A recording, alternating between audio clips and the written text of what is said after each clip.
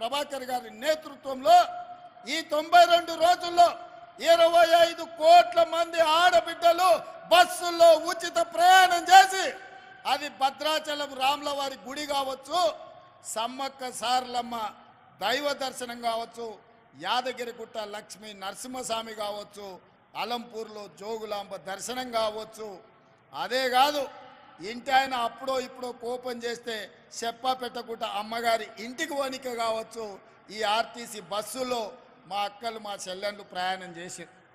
ఇవాళ మా ఆడబిడ్డలు మా అక్కలు మా చెల్లెళ్ళు ఆర్టీసీ బస్సుల్లో ప్రయాణం చేస్తుంటే కేసీఆర్ అల్లుడు హరీష్ రావు ఆయన కొడుకు కేటీఆర్ కవిత కలిసి ఆటో డ్రైవర్లతో ధర్నా చేపిస్తున్నారు కిరాయిలు ఇచ్చి. ఏమన్నాయంటే ఆడబిడ్డలకు ఆర్టీసీ బస్సులు బంద్ చేయండి అని. నేను అడగదలుచుకున్న మా ఆడబిడ్డల్ని, మీకు ఇచ్చే ఆర్టీసీ ఉచిత ప్రయాణం కేసీఆర్ బంద్ చేయాలంటుండు, టీఆర్ఎస్ వాళ్ళు ధర్నా చేస్తుండ్రు, నన్ను ఏం చేయమంటారని చెప్పి నేను మిమ్మల్ని అడగదలుచుకున్నా. నేనైతే ఎవడొచ్చినా సరే ఆడబిడ్డలకు అడ్డం పడితే ఆర్టీసీ బస్సు మీద ఎక్కించైనా సరే ఆడబిడ్డలకు ఉచిత బస్సు రవాణా సౌకర్యాన్ని మీ అందుబాటులోకి తీసుకొచ్చే బాధ్యత నేను తీసుకుంటా అని చెప్పి నేను చెప్పదలుచుకున్నా.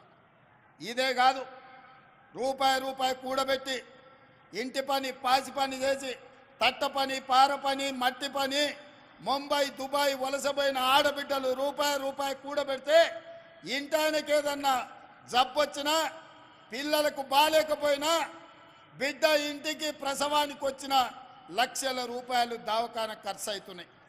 ఆనాడు పేదవాళ్ళ ఆరోగ్యం కోసం కార్పొరేట్ వైద్యాన్ని అందించాలని డాక్టర్ వైఎస్ రాజశేఖర రెడ్డి గారు ముఖ్యమంత్రిగా ఉన్నప్పుడు రాజీవ్ ఆరోగ్యశ్రీ ద్వారా ఆనాడు 2 లక్షల రూపాయల ఉచిత వైద్యాన్ని ఆడబిడ్డలకు ఆ రోజు అందించాడు.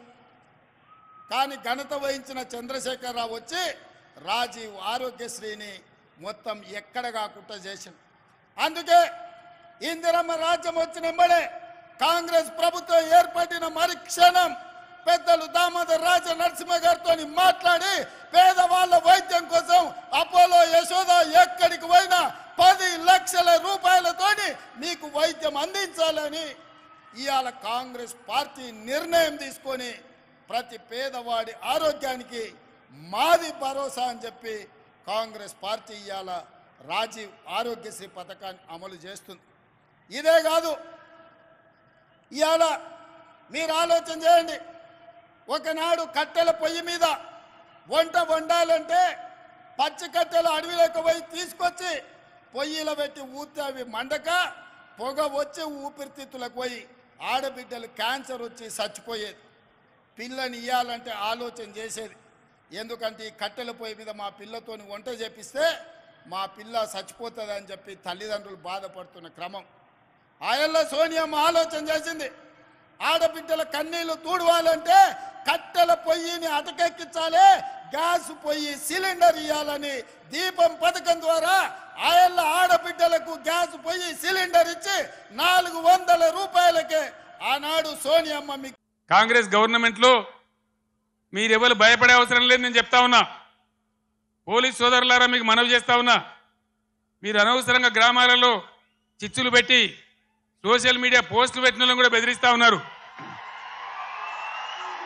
ఇది మంచిది కాదు. మీరు చూడండి, ప్రజల స్పందన చూడండి. నేను అడుగుతా ఉన్నా, మీకు పోలీసులకు రాజకీయాలు ఎందుకండి? ఏమక్కర్నాయి మీకు రాజకీయాలు? ఇలా ఎవరికి అధికారం శాశ్వతం? మేము 10 ఏళ్ళు ఉన్నాం ప్రభుత్వంలో, మా మీద కూడా కొన్ని కుక్కలు మొరిగినా కానీ ఏమని పాపాన పడిపోతాడన్నాం, కానీ మేము ఈ దౌర్జన్యాలు చేయలే. మేము ఉన్ననాడు కనుక పోలీసులు ఇయ్యాల చేసే దౌర్జన్యాలు పోలీసుతో చేయిస్తే ఈ కాంగ్రెస్ వాడు ఒక్కడు మిగులునా అసలు ఈ రాష్ట్రంలో? మేము అటుపోలే, ఆ దారి పట్టలే. మేము ప్రజల సంక్షేమం కోసం పనిచేసినాం, 24 గంటల కరెంటు కోసం పనిచేసినాం, పేద ప్రజల ఆకలి తీర్చాలని పనిచేసినాం, ముసలి మురిగ వాళ్లకు 2000 రూపాయల పెన్షన్ ఇచ్చి ఆదుకున్నాం. ఎంత చెప్పినామో అంత అమలు చేసి చూపించినాం. ఒకటో అరనో తప్పితే అన్నిటికన్నీ అమలు చేసినాం. 1,70,000 మంది విద్యార్థులకు ఉద్యోగాలు కల్పించినాం. అన్నీ కూడా చేసినాం. ఇప్పుడు ఆపరేషన్ లేకుండానే మోకాళ్లకు ప్లాస్మా ట్రీట్మెంట్. మీ ఆర్థోపెడిక్ సమస్యలన్నిటికీ రోబోటిక్ టెక్నాలజీ ద్వారా తక్కువ ఖర్చుతో శాశ్వత పరిష్కారం. Free consultation. ప్రతి ట్రీట్మెంట్ పై 20% డిస్కౌంట్. ఈ ఆఫర్ కొద్ది రోజులు మాత్రమే. త్వరపడండి. V9 hospitals 9281465842.